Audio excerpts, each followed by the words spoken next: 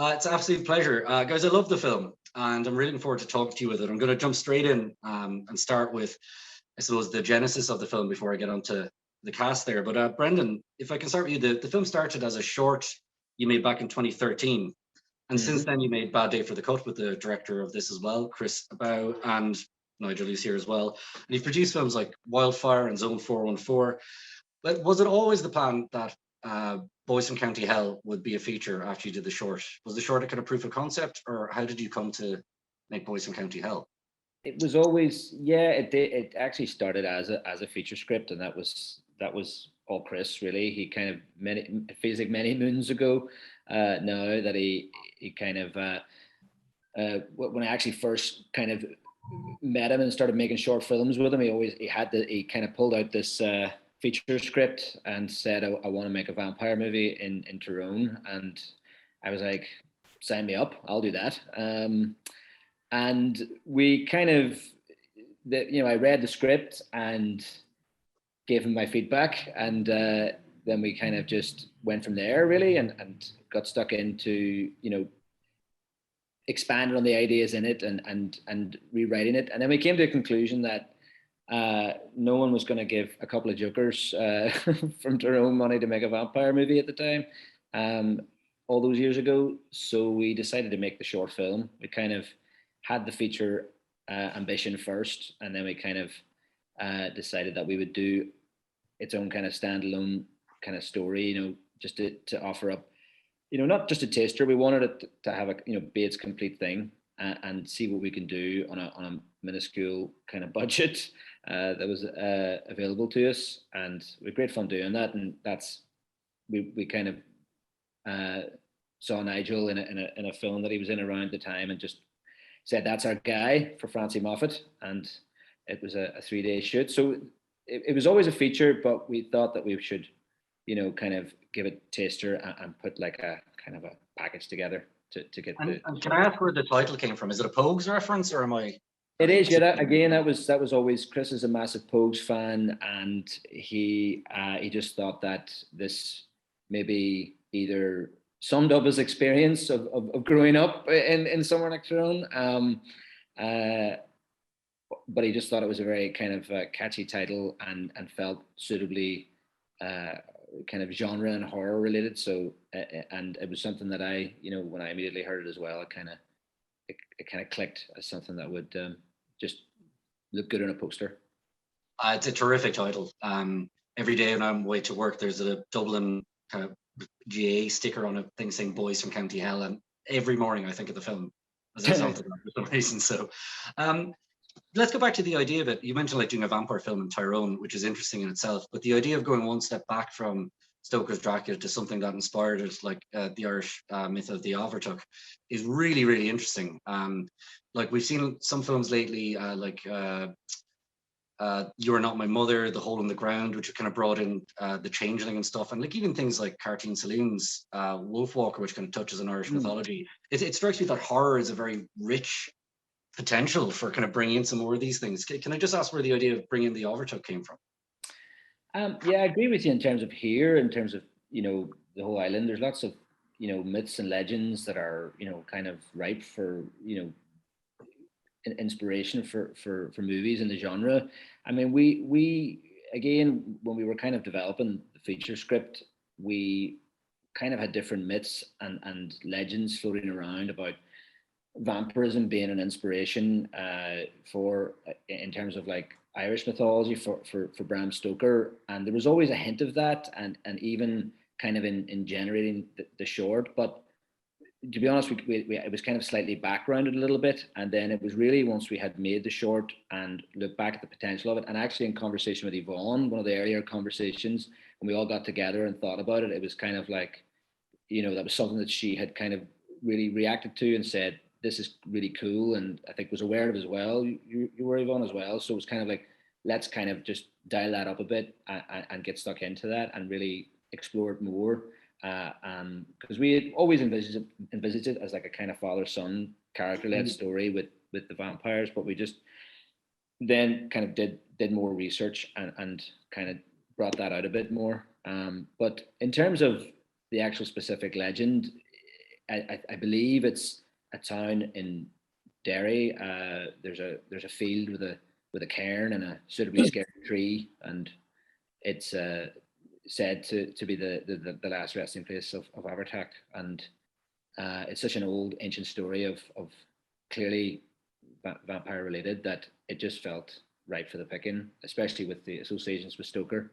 And I think a lot of fans like that kind of like, myth making within the genre.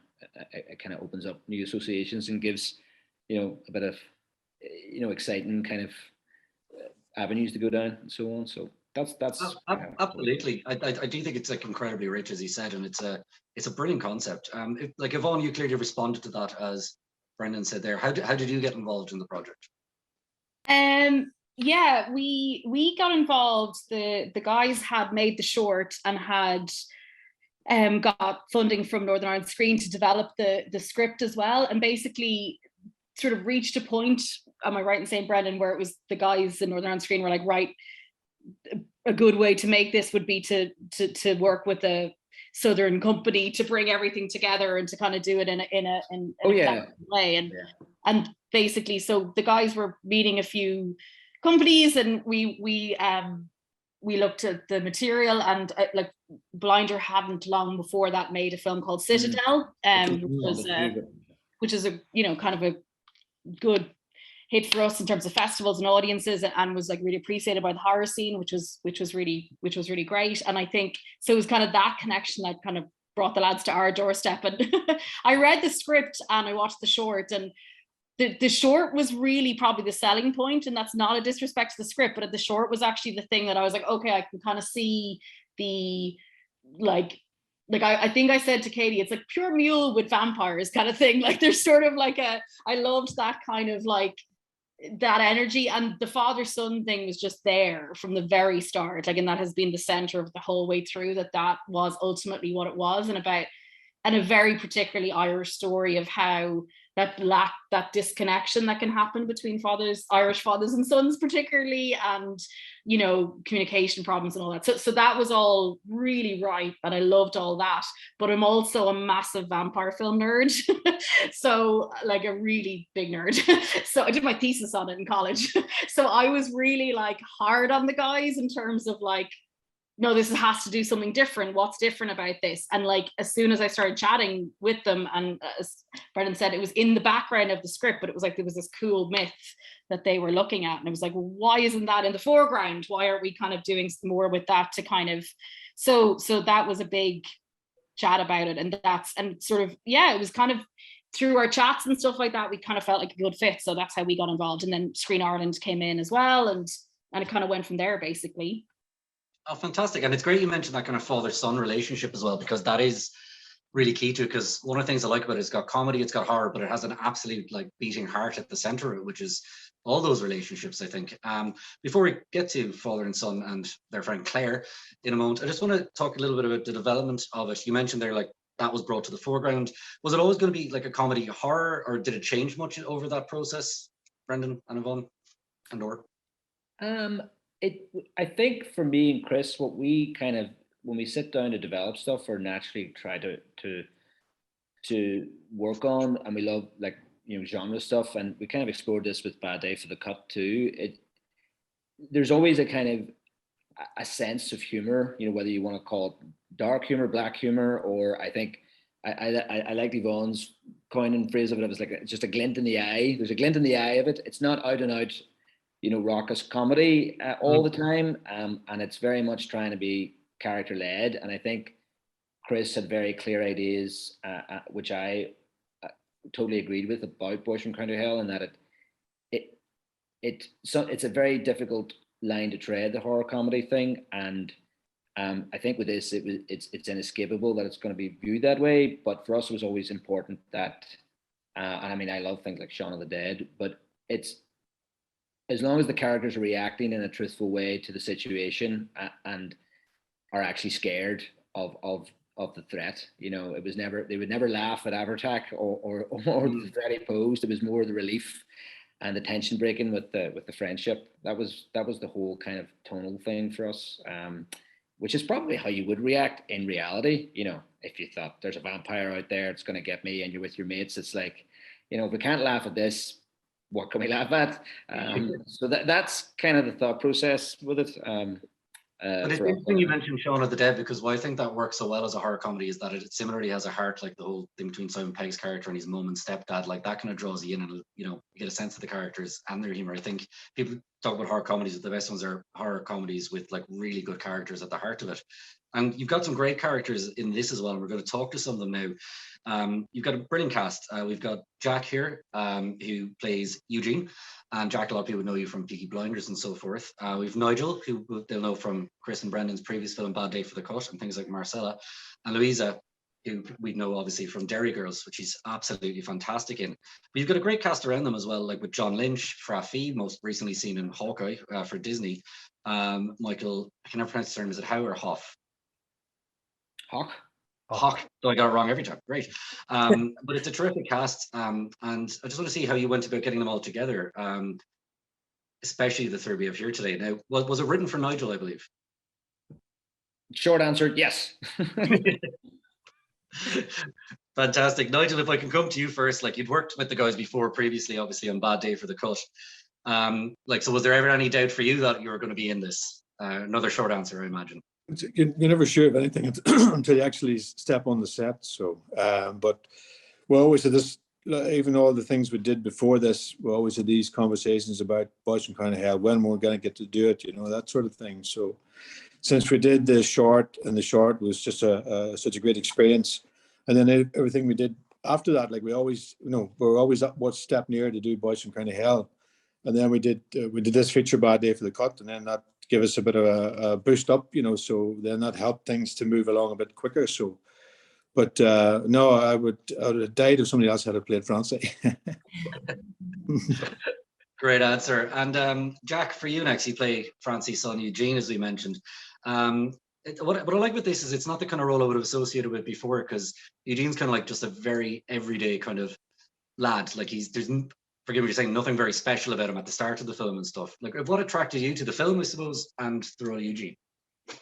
A big thing that attracted me from the first, opening thing was the fact that I had the chance to do the Irish accent, and that's something that my whole life I've heard that accent, and I'd like to have thought I did it to a decent enough level. So, but there wasn't that much at that time in my career where, like, I didn't have much opportunities actually to go into an audition room and do that accent. So before I even read the script, I was like, oh, I get to at least go in and do a Northern Irish accent. So I just needed these guys to know that I wasn't just coming in and doing the accent, and that I was actually like, no, I'm from here. Do you know what I mean? And then we ended up learning that my grandparents lived down the road from Nigel.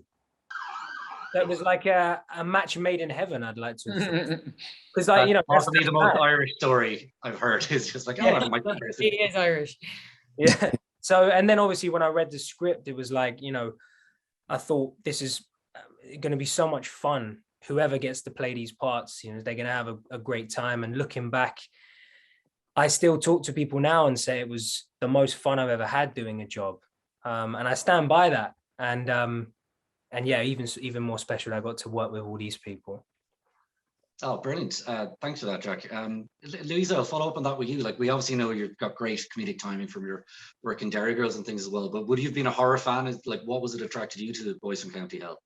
Yeah, I definitely was. But also for me, I wanted to do something different. And this was very different. Obviously, Claire is a more straight character than my character in Derry Girls. So yeah, I was really attracted to the script, and I was really attracted to, the energy that I got from the guys when I auditioned. And then, that good buzz grew when I met the rest of the cast and the crew. So I was very on board and honored to get the role. And she's a great character, because we've mentioned that Francie and Eugene have this kind of father-son relationship, but like Claire in a lot of ways kind of holds a lot of them together, I think. Yeah, the voice of reason sometimes, I would like to say. Yeah, and if anything saves the day in the end. I know that's up for debate, but from where I stood, just great fun to play. And, yeah, fun every day. and the crew, every single member of the crew and the cast were just joyous to work with. And like you mentioned there, like Jack mentioned as well, you all had great fun on set, and like there's a great sense of camaraderie in your characters, and between you all here as well. Like, did you have to do like any kind of chemistry readings or tests, or did it all just kind of come from the page once you all kind of got together? Maybe Jack will throw that your way. Yeah, we never did any sort of like chemistry like rehearsals, but we did have a little read through together in like I can't remember where it was. It was a random room somewhere. And there was just 3 of us, or maybe 4 of us. There wasn't that like, oh no, actually we did do a read through at the hotel. Oh yeah, we did do Yes. Yeah, oh no, I forgot about that. But before was was after when we all sat as like there was only me, Louisa, Nigel. Yeah, in that weird church. Weird church. No better place. I remember. I always remembered it as a nursery for some reason. Yeah, Nursery. So I'll take weird church.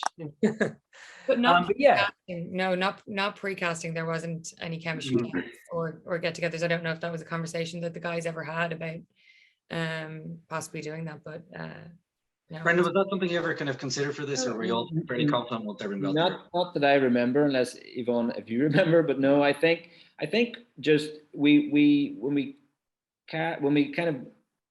when Jack and Louisa had read for the rules and we had Nigel, it was one of those things where you kind of just, you felt that this is coming together very nicely. You just kind of knew that they were the characters. I mean, it just was very evident to to Chris and to myself and to everyone. We just kind of knew, that there was, it had that spark already. So, and then as Jack was saying, Louisa was saying, we had a read through with some, rest of the cast, and then I think a couple of days of just reading through that Chris wanted to do in that strange place. Yeah, I remember. I kind of forgot about that place, but yeah.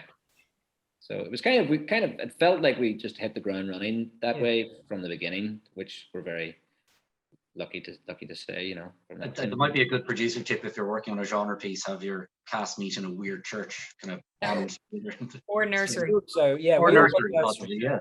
We all went for dinner together. We went for dinner together, and sometimes little things like that, getting to know each other as people. Naturally, we're going to have chemistry on screen, even if we're not reading through the scenes. As soon as we have a drink together and whatever, do you know what I mean? You sort of form a natural chemistry. So I thought that was really helpful as well. Yeah. It can go either way, but luckily it all worked on this occasion. And Nigel, what about you? Did you have to work on the father-son bond with Jack at all? It was very difficult. No. Once I met Jack right away, I just had an instant, an instant connection with him.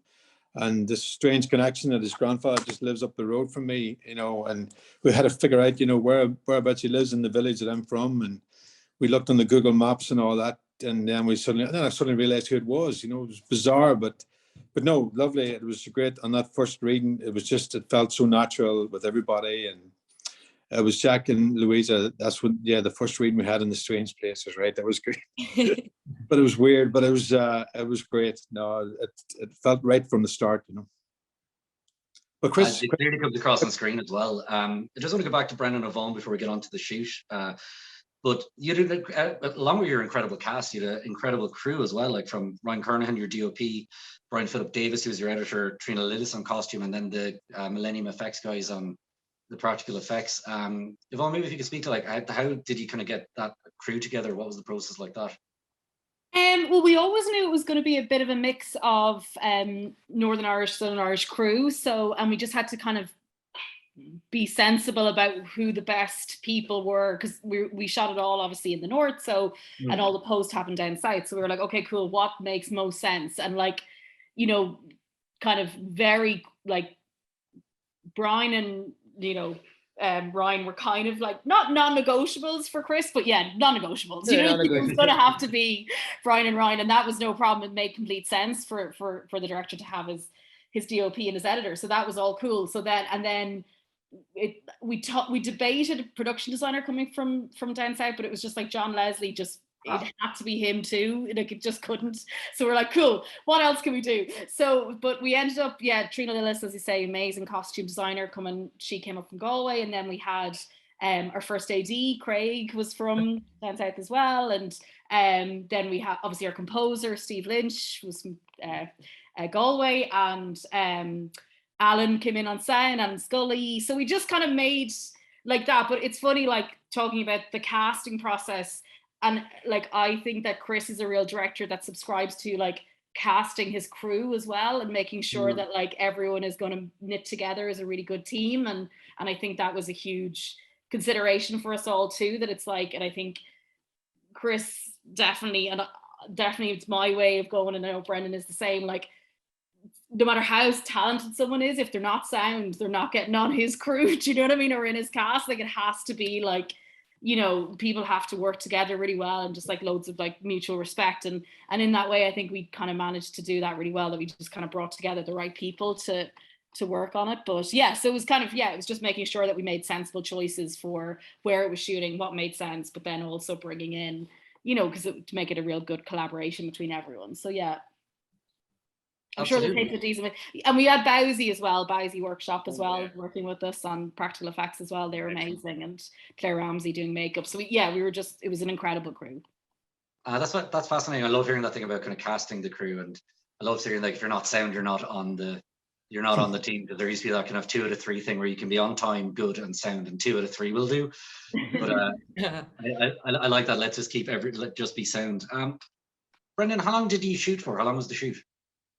25 days, 5 weeks. Yes, 5-day weeks. And then we did do a couple of days, then, you know, pickups and things later on, I think. So we shot May through to June, and then a couple of days in September, I think. Well, it's really impressive, I suppose, especially with a genre piece with so many kind of moving parts like that, to shoot in that period of time. Were there any kind of major challenges you faced on set? Yeah. Sorry, did I hit bingo there? So any bigger challenges you'd like to share for perhaps some first-time filmmakers listening and who might like to avoid them? It's funny because we always thought that for this movie that we would naturally have to shoot autumn, early winter or something like that, for a good spread of light and dark, and make sure we maximize our nights, it being a vampire movie and all that. But just as with all challenges, you know, with filmmaking, you don't get what you want. And we kind of just, the way it fell in our schedule and financing and things like that, we ended up saying, well, we're going to have to shoot kind of, you know, spring, early summer, you know, May. And that was a challenge scheduling, but we never thought that the wind, did we, Yvonne, would you know, there was a freak weird storm in the summer. Yeah. And I mean, like really howling winds, and you know, like we had a really good location manager, David Cook, who picked this fantastic location of the where Abertax Cairn is in the movie. And I think it was actually the first place, like he showed, you know, on the recce, he said, I think this is the place, and you know, we kind of waited to go back to say yes, it is. And just this weird, strange wind came down over the mountain, and you know, in like May, and completely made us stop filming for like a day and a bit, because but you know, we rallied from there, and you know, and Chris and Ryan and everybody and Craig just pushed everybody on, and we got what we needed. So that was just one example. I mean, there's always the usual challenges, but I don't know, Yvonne, is there any other things that stick out in your mind, challenge-wise? No, it was that, because like everything else ran really well. I mean, it was really tough, and like, I mean, the cast were just incredible, because like it was full on, you know, it was like a lot of night work, like that summer in Ireland, rain and sleet, like sideways wind and really cold, but like everyone was like just amazing, and but like Chris at the helm, I suppose it just does make a massive difference, and himself and Ryan were so prepared, and like had just incredible shot lists, and distribute that to all of the cast and crew, so everyone knew where they were at, everyone knew what they were doing and all that. And it just was an amazing kind of like sort of an open book in a way, like that, like everyone knew what was required ahead of time and all of that, so that made a huge difference in a very tough shoot. But so actually everything else was really good. It was, but it was the day and a half shutdown because of a storm. There was a moment where it was like 3 a.m. and we were like, there was all of our equipment was in a field that we felt unsafe to get into, and we were like, what are we going to do now? This is interesting. But like, Did you think you might have? huh? Sorry, did you think you'd upset the Avatar at this point, and that it was? Yeah. It was Avatar. I'll never forget that day, because I remember Chris early on in the job was like, oh, you know, he's trying not to smoke and stuff because it's so easy to smoke, you know what I mean, when everyone's smoking. And then like we got sort of rained off, you know, for use of a better term, and all the equipment was there. I got back to base and he was just amongst these trailers on his own, soaking wet, just smoking a cigarette. I was like, oh, you all right? And he's like, Yeah. it was just funny, you know. I just never forget that image. Yeah. That sounds about right, I would say, if I was a director in that position as well. Let's talk about with the cast a bit. How's the shoot for you guys? Louisa, like, I think one of the things I find really interesting is Claire kind of, a lot of the comedy comes from these characters playing it straight, as Brendan mentioned earlier. Like, they don't, you know, laugh at the thing around them, but there's a nice tone. I suppose tone is very important in these things, and it is a bit of a balancing act, I suppose. How do you kind of manage to keep that kind of balance going yourself? As you mentioned, you want to do something kind of different here, but is that something like tone, something you keep in mind as an actor? Yeah, definitely. But I think often it's on the page, you know, good scripts, with good scripts, it's on the page and with the people around you. And I think the humor, I mean, I found all the cast so funny, you know, as people, and their characters so funny. And I think that really helps with the tone and setting the tone. I mean, we all found each other hilarious and we were laughing a lot. And I think, you know, that maybe that little fizzle showed. But I think Chris always wanted us to just play the truth, you know, even in the bloody horror, you know, frightening parts. I think he wanted us to play the truth as opposed to the drama, you know. Yeah, that certainly comes across, and like it works fantastically with those characters, because there's nothing worse than kind of winking and knowing, and that's not quite the tone. Like Nigel, for your character, Francie, one of the things I really love, and it's at the end, I suppose, nearly when he kind of punches his son to kind of save him, and like he, to this point, being a very typically kind of stoic and emotionally repressed big Irish man kind of thing, and there's a lovely beat where, you know, he says, you know, good job, cub, or something like that, and it's actually really, really lovely moment. And I remember kind of just kind of being hit by a little bit. How do you find kind of playing characters like that like they obviously have that kind of love and an emotion, but they kind of have to repress it a little bit, I suppose? You know, that's to me, that's the most interesting, but the subtleties of it all, you know, because there's a lovely arch with the characters of Francie and Eugene's relationship through the whole film. You know, you can see there is moments that Francie shows his love for his son, but he shows it in bizarre ways. You know, he knocks him out at one time to keep him from getting hurt. Like, you know, who does that? But as Louisa was saying there, you know, the realism of the characters are great. Chris is a great. Find the way people speak and all that from this part of the world, and you know, he always wanted to have real characters in this bizarre situation. So the direction he would give us, you know, they were just dealing like Francie was just dealing with like a day's work. You know, that was his way of dealing with vampires. We'll get it sorted out. We'll get a hatchet. We'll cut the head of him. You know, we'll sort something. But no, the relationship between him and his son is nice to play, and the nice subtle moments in between where, you know, where he's looking out for him and Francie's way of doing things. So that was nice. And then at the end, it was nice the way it all finished up. I love that thing you said there about how it's like a job for him. It's just like, right, we have to dig up that tree, do that, or decapitate that fellow over there. It's all the one. I've often wondered if my dad was in a zombie apocalypse, how he'd do it, and he's an accountant, and that's exactly how I thought it would be. Like, right, between 10 and 11, we'll, you know, cut their heads off over there, and then we'll go on and do that, and then we'll have tea, and it'd be grand. It's just a very real way of dealing with it, I think.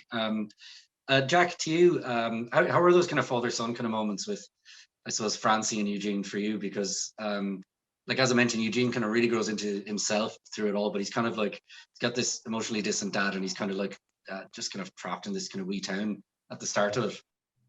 Well, in a roundabout way, it took Habitat to make these two truly connect.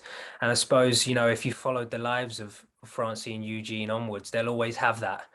Do you know what I mean? And I suppose they're just dealing with it as it comes in their own unique way, but there's never any hate there. There's a lot of love. And I think, as we say, from that part of the world, I just naturally connected with Nigel as a person. And I think that always helped, because we both could we've both met a Francie, and perhaps both been a Eugene in a way. So yeah, you know, as sort of, I reckon that's how me and my own dad would deal with it. You know, my dad would absolutely say, "Here, boy," before trying to chop someone's head off, or at least not someone's, a vampire's head off, you know, and then have it just roll back onto the body and carry on. Like, what are we supposed to do? But yeah, we had a lot of fun, and we have many highlights. One being we got to, you know, no stuntmen involved here. You know, There we go. we slid down that thing ourselves, and that's you know, we should have, The shoot, is it on the construction site? Yeah. Yeah. yeah, and that was fun, you know, because I wish I was there. The dumper as what, were well. you not there that day? Oh, I wasn't there that day, and I remember the next day, and they were like, "You missed it yesterday." It was a great moment. So how can you not, you know, we got to do that stuff, so we got stuck in, you know. And Louisa, you obviously missed that day, but were there any particular highlights for you shooting? Like, I'm imagining like it was great fun, but also like from what I've read in horror films, getting covered in blood and gore and stuff, that's not the easiest thing, let alone continuity. But you know, having to I deal was with great to those say things. continuity. Yeah, I mean, for me, it's fine, but I mean, it was obviously tough on the makeup department, the continuity. And I remember the day that we got rained off, and they were more annoyed that they just finally got the blood right on me, and then we shut down.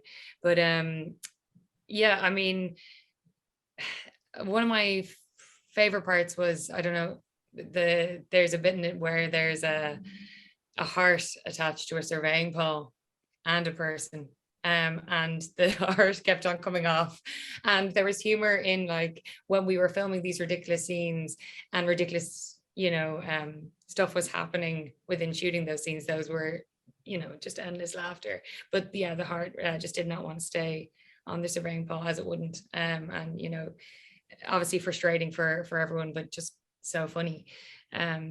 But no, I mean, every day, I mean, it really, it wasn't long enough in so many ways.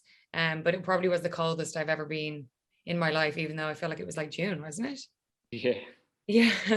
Yeah. That sounds about right. And I was talking to Jack before we came on about, I think Chris had recommended some horror films to him, like one of my personal favorites, Peter Jackson's Brain Dead. Louisa, did he have any recommendations for you in particular? Like, Yes, I mean, I also watched Brain Dead and Trolls 2, which was a top recommendation as well for, and if you've seen it, yeah, and if you haven't seen it, please do. But no, yeah, great film by Peter Jackson. Yeah, it's terrific. Film, Jack, isn't it? Sorry? Isn't that now your favorite film of all time? Oh, it's up there. It's up there, definitely on my top 10, solid. It won't ever change. I also said to Gar before, I was like, I do recommend that movie now as if it's my own. I said, yeah, you know, I'm a movie guy. I'm like, yeah, watch Brain Dead. And you know, it's surprising how many, I even know facts about it. Apparently I think it still holds the record as the most blood or most fake blood used in a movie. And I think it actually in one scene as well. So, yeah, it's a great movie. Yeah, our hotel rooms looked like we had committed murder. Our sheets and our like my bathtub and everything was always just like covered in blood, and you know, the cleaners must have come in and you know, suspected something because it was like a massacre. That's an image. Nigel, for you, was there any kind of particular horror things Chris had kind of said to you on this, or would you be like have anything you kind of brought to it from previous horror films? No, he did recommend me to watch some of these films, and he did. I can't remember which one he did. Maybe some Korean one, and I couldn't watch it. It was just brutal. It was so awful. You know, I don't know what sort of a taste Chris has, but I don't think it was that. But it was some sort of Korean thing, and it was just I just had to switch it off. I just couldn't stick it. But no, I didn't. It was to me, it was the realism of it. You know what I mean? It was just being these real people in this situation with this bizarre vampire thing going on, and you know, so just dealing with that on a day-to-day basis and having great crack. And but there was so many great moments of laughter. You know, I was giggling like I was in primary school. You know what I mean? I got in trouble a couple of times for giggling and being silly. You know, it was Louisa's fault, like, but it was great. It was real. That's brilliant. Like, and I'm really getting that sense of camaraderie and kind of community from you guys. Because Brendan, I suppose with Bad Day for the Cut as well, And I think it's kind of what Nigel's talking about there, like the kind of realism of there's a real authenticity, like in Bad Day for the Cut, like in terms of like the genre it's in, like revenge genre and place. And the same with this, there's a really good kind of sense of authenticity in place and the characters as well. Like, was that always important? Something kept in mind over the shoot as well, like that this is very, very going to be like real and that kind of emotional stuff Nigel was talking about. I think for me, in a practical producing sense, is that it's always hard to make a movie. So if you can't have fun making a movie, what can you have fun doing? You know, it's they don't come along that much, and usually just the reality of producing films and making films is that, you never have enough finance, you never have enough time. So, as to Yvonne's point earlier, if you're, casting the film right and casting your team right and getting everybody on, just on the same page, that moving in the same direction that, what Chris wants to execute creatively, then, you should, you're kind of, obligated to have a bit of fun, and enjoy it, I think. But no, creatively, I mean, that's just kind of naturally how we just kind of operate with these types of projects. I can't really put my finger on it. It's just a sense of place and a sense of, genre. And I think it's maybe, maybe it's not as, explored as much in films, from this part of the world. Like we were always saying that something like Bad Day for the Cut was like, our version of Old Boy, like a Tyrone version of that, so there's just this mashup of place and genre that just kind of appeals to us and seems to, work for these two projects, so. But, well, there's an interesting question on kind of that authenticity. I think I might throw to Yvonne. It's from Rowan Tynan. He's a director himself. He says, lately I've avoided horror films, working on documentary on torture and crimes in Syria. So horror is far too much an everyday thing for me. But this film was amazing. And even the son pulling off the father's leg to use it to stab the vampire did not shake my suspension of disbelief. And we're going to look at this, where the Irish mythological roots really important. We've kind of covered that, but how closely did they align with what you produced? Because it was a credible, if incredible, story. So Yvonne, just to go back to you as a kind of vampire nerd thing, I suppose you were saying, like, how closely did you want it to align to the Overture? Because there's a few different versions of that. Or did he have its own kind of one? I think, yeah, no, definitely it was about using what was useful about it and maybe discarding anything that wasn't so much. And also, as Brendan was kind of saying earlier, it wasn't just the Abertach myth. There was kind of a few things that kind of inspired Chris in terms of it, like for example, the stone being something that is actually the way that someone turns and things like that. And like that was something that Chris had heard in this, and it was a reference to like a famine story he'd read, like some mythology that had built up about, like, and obviously the cairns and all of that kind of stuff. Like, as Brendan said, the actual Abertach thing is actually more of a big rock with a really freaky tree, but it was like using more like burial mounds and cairns, because like obviously that's all part of Irish folklore as well. So no, it was about using what was really useful about it and kind of building its own little mythology. And like that was a big part of the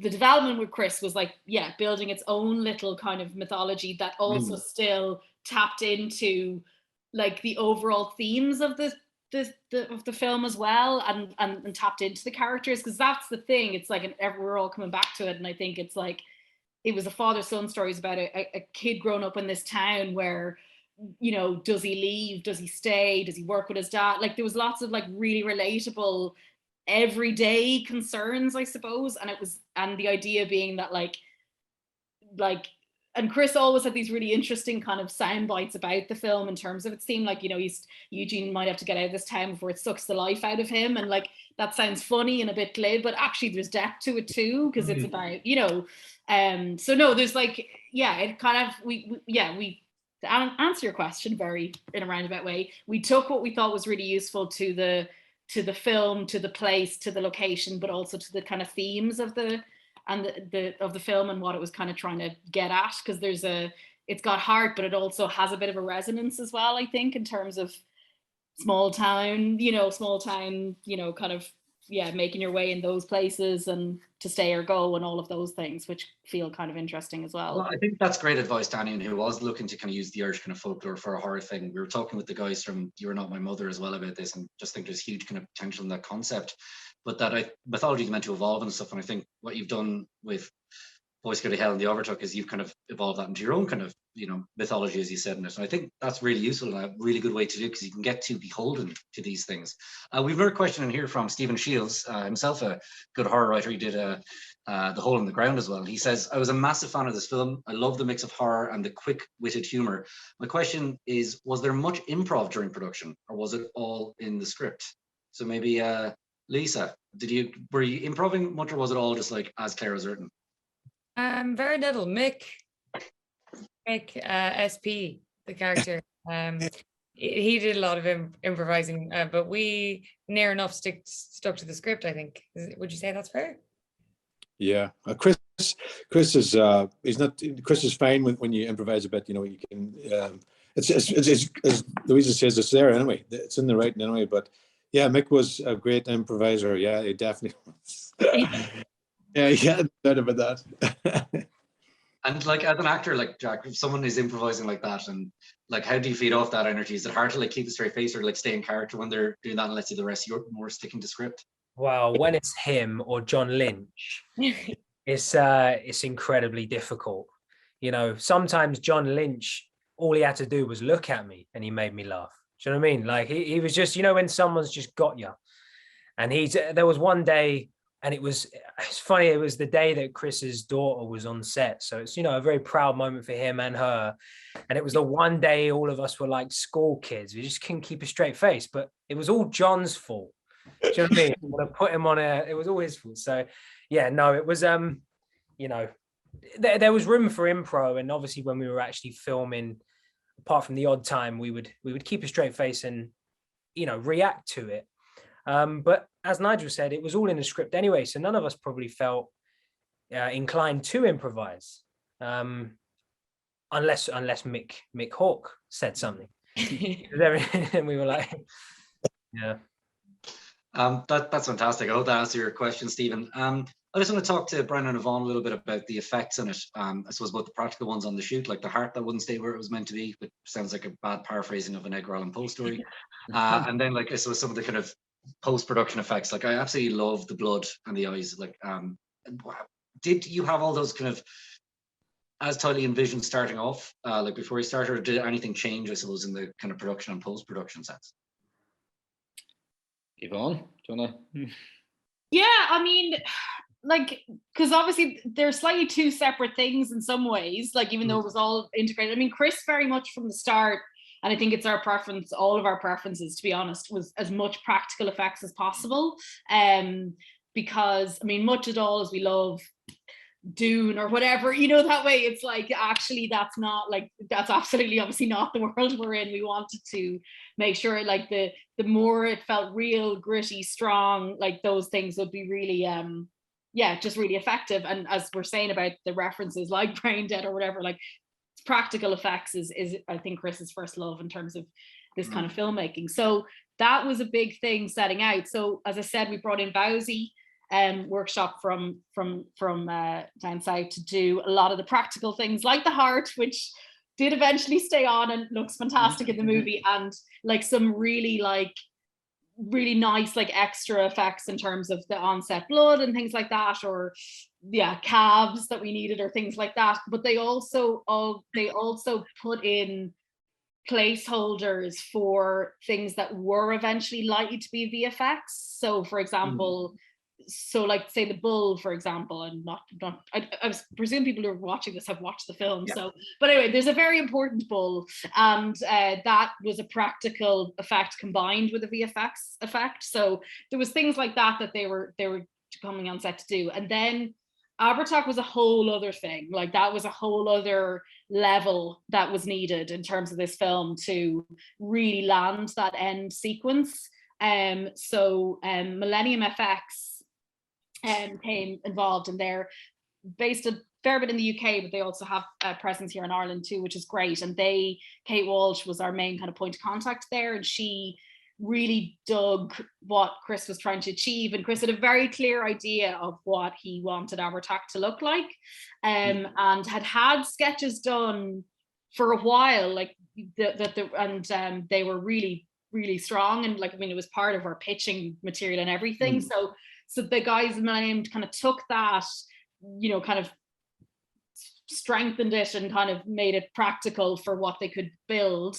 And then basically we found this incredible actor called Robert Narn, or our casting director did, Carla Strong, who's incredible, and she suggested Robert Narn, who's this amazing actor and performer, and has incredible caliber in this type of role, where, you know, it's a very physical performance and all of this, and very used to the numerous hours in the makeup chair to take it on and then off, and obviously we couldn't afford for it just to be ripped off.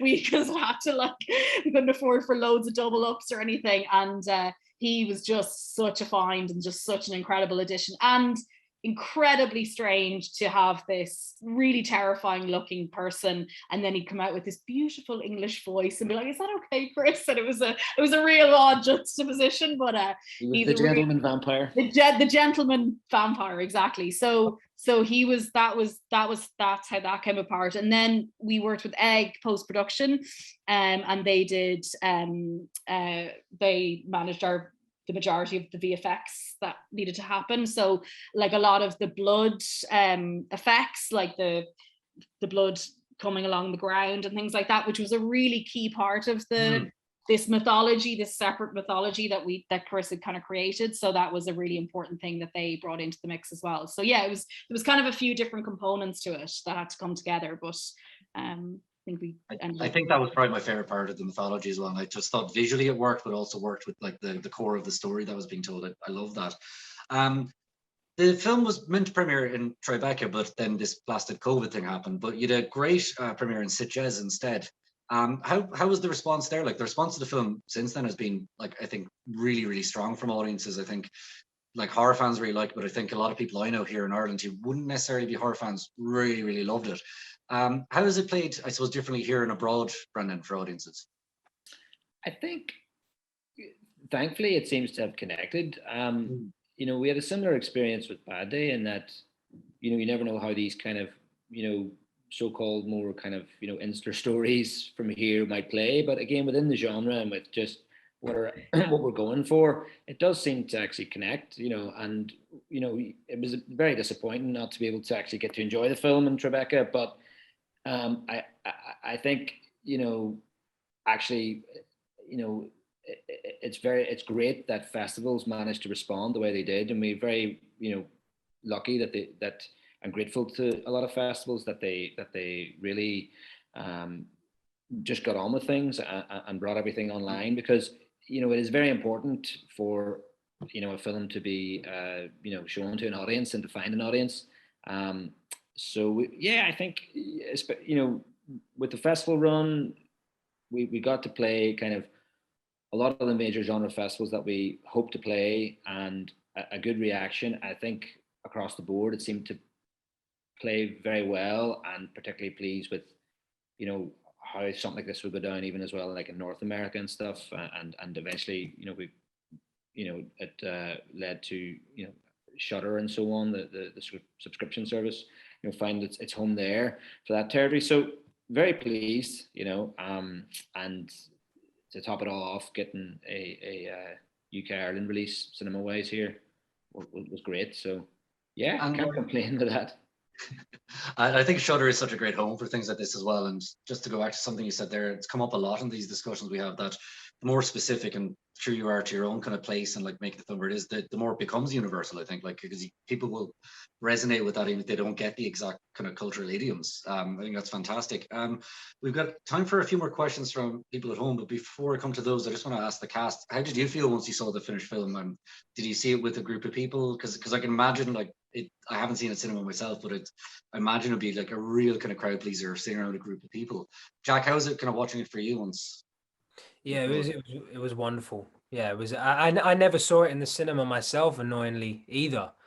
I was away at the time. But but all my friends and stuff did, and my mum and dad went and watched it, and it was extremely proud moment for them, especially dad. Do you know what I mean? And yeah, first time I watched it was with my girlfriend's family and with a few friends when I got sent the private link. So I watched it on a nice TV, HD and all that. Just all the memories come flooding back. I was extremely proud of it. As well, you should be. And Louisa, for you? Yeah, Simmer, I still haven't seen it on the big screen, and it is such a film to see on the big screen. So that is so disappointing, but also it was such a treat over lockdown to be sent that link and to watch it with my family, you know what I mean? And again, just like what you said, Jack, I had so many friends from home just texting me inundated with messages how much they loved it. So I'd love to still one day, hopefully see it on the big screen. Well, I think definitely going forward, I'd love to see some kind of Halloween festival in Ireland where we just show the amazing horror films we have here, because I'd love to see something like, especially like Boys from County Hell on a big screen again. Nigel, for you, how was it seeing the finished product? It was brilliant. No, the first time I saw it was on a private link as well, at home with my family TV, so it was great. It was, as Jack says, all the moments come back, all the funny moments, all the laughing and all. It was great. And then I did get to see it. We went down to Galway to see it down there in front of an audience. But then I saw it in Belfast in the big screen with a Northern Irish audience, they would get biggest majority of the gags or the jokes or the humor. So that was a lovely experience. So everybody was very nice about it and said nice things about it. And so it was lovely to see it eventually up on the screen after about 2 years. But it was disappointing that I didn't get to watch it with all the other cast, because we kept time. That would have been the nice thing to do, to see it with everybody and enjoy the experience together, because we all know what we put into it. So it would have been nice. Maybe one day, I don't know. We'll definitely work on that. I think love to kind of have a big screening of that someday, see all of you guys there. Before we wrap up, I have one final question from Tad Marari, who I think is an actor. Thanks for your question, Tad. So apart from Boys of County Hell, what is your favorite cinematic vampire? So Brendan, if I can go to you first, outside of Boys of County Hell. So the rest of you time to think now, just put Brendan on the spot. Vampire? No, I am on the spot. I would have to say most recently, in terms of cinematic vampires, I really like What We Do in the Shadows. All that whole group of vampires. I can hang out with those undead folks and just have a blast. I thought that was very funny. That's a great show. I think that would be definitely the vampires I'd like to hang out with most. But Jack, what about you? Any particular cinematic vampires you're fond of? Yeah, I love the Lost Boys. So Kiefer Sutherland in that. So I mean, I just always, I love that movie. Yeah, so all of them, even though they're not nice, they're not nice fellas or anything, but if I was a vampire, I wouldn't mind being with them. Cool. Louisa? Yeah, I mean, two great shouts. I'm going to agree with Brendan on that one and say that is my favorite vampire anything. Apart from obviously Boys from County Hell, if you can include that. That I want to hang out with those guys too. What about Nigel, for you? I'm still waiting for someone to say Christopher Lee or something here, but Nigel, any favorite vampire? The only one that I can think of that I'm not a big horror fan, really. I liked, at the time, Interview with the Vampire. Tom Cruise, with Brad Pitt and all. I thought there was something beautiful about the way that was all shot, and the way it was shot again by an Irishman, which was good. Neil Jordan. So no, there was something nice about it and something very beautiful about it all, but at the same time very disturbing. There's some dark element, but that's the only one I can come to mind anyway. And Yvonne, I'm sure you have an answer here. Actually, no, I just Nigel say that because Interview with the Vampire was my gateway drug to the vampire scene. And Lestat, like Tom Cruise, Lestat, I absolutely loved him, but hands down, day after day, any day, apart from Avatar and our vampires and our William and everything, is A Girl Walks Home Alone at Night. That was my favorite vampire film that I've seen, I think. Brilliant answer. I was going to say the correct answer is obviously Near Dark, but I'll definitely agree with you that A Girl Walks Home Alone is a joint one. Guys, well, just on that, I think we can safely add Avatar to that list of, I suppose, the vampire canon. which sounds like a dangerous weapon, but like the canon of wonderful vampires. I definitely think the Overtuck has earned its place there, thanks to the great work of you guys. And just thank you so much for taking time to talk about it today. I've really enjoyed it. Guys, just thank you so much for joining us, Jack, Louisa, Nigel, Yvonne, and Brendan. And thank you to all for tuning in as well. Our members, this will be up next week as well. So if you know someone who's a member who's missed it, it'll be on our site. We're back tomorrow, where we're going to be talking to the team behind the one-shot film, Night Ride, Stephen Fingleton, Mo Dunford, and more. So please keep an eye out for that and check out IFTA.ie for more of these screen discussions. But for now, just thanks again to the guys behind the wonderful boys for County Hell, Brendan, Yvonne, Jack, Louisa, and Nigel. It's been lovely talking to you. Have a great evening.